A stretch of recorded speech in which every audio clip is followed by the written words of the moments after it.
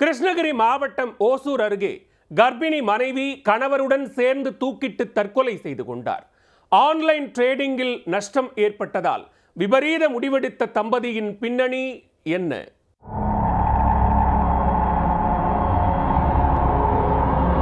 Online ட்ரேடிங்கில் முதலீடு செய்து 30 லட்சம் ரூபாய் நஷ்டமடைந்துள்ளனர். பிரசவம் பார்க்க ஒரு நாளே இருந்த நிலையில் மனவிரக்தி அடைந்த கர்ப்பிணி பெண் கணவருடன் விபரீத முடிவெடுத்துள்ளார். வயிற்றில் இருந்த சிசுவுடன் சேர்த்து 3 உயிர்கள் பறிபோன சம்பவத்தின் சோக பின்னணி என்ன? கிருஷ்ணகிரி மாவட்டம் ஓசூர் அடுத்த பேகப்பள்ளி பகுதியைச் சேர்ந்தவர் 27 வயதான விஜயகுமார். சந்தியா என்பவரை காதலித்து இரு வீட்டார் சம்மதத்துடன் திருமணம் செய்து கொண்டனர். புதுமண தம்பதியாக வாழ்ந்து வந்த நிலையில் சந்தியா நிறைமாத கர்ப்பிணியாக இருந்துள்ளார்.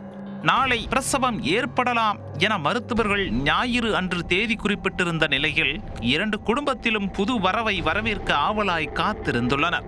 ஆனால் எதிரிக்கு கூட இப்படி நடந்துவிடக் கூடாது என நினைக்கும் வகையில் ஒரு சோகச் சம்பவம் அரங்கேறியது. சம்பவத்தன்று இரவு கணவன் மனைவி இருவரும் சாப்பிட்டுவிட்டு தூங்கச் சென்றுள்ளனர். மறுநாள் காலை 11 மணி ஆனபோதும் படுக்கை அறை கதவு திறக்கப்படாமல் இருந்தது. சத்தம் போட்டும் வெளியே வராததால் சந்தியாவின் தாயார் படுக்கை அறை கதவை திறந்து உள்ளே சென்றார். அங்கு கணவன் மனைவி இருவரும் ஒரே கயிற்றில் தூக்கில் சடலமாக தொங்கி உள்ளனர். நிறைமாத கர்ப்பிணி மகளும் மருமகனும் ஒரே கயிற்றில் தூக்கில் தொங்கியதை பார்த்து சந்தியாவின் தாயார் அதிர்ச்சி அடைந்தார். தகவல் அறிந்து சம்பவ இடத்திற்கு சென்ற சிப்காட் போலீசார் இருவரின் உடல்களை கைப்பற்றி உடற்கூராய்விற்காக அனுப்பி வைத்தனர்.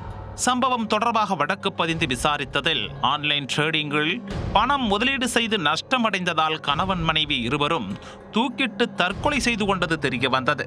தனியார் நிறுவனத்தில் விஜயகுமார் வேலை பார்த்து வந்த நிலையில் ஆன்லைன் ட்ரேடிங்கில் பணம் முதலீடு செய்துள்ளார்.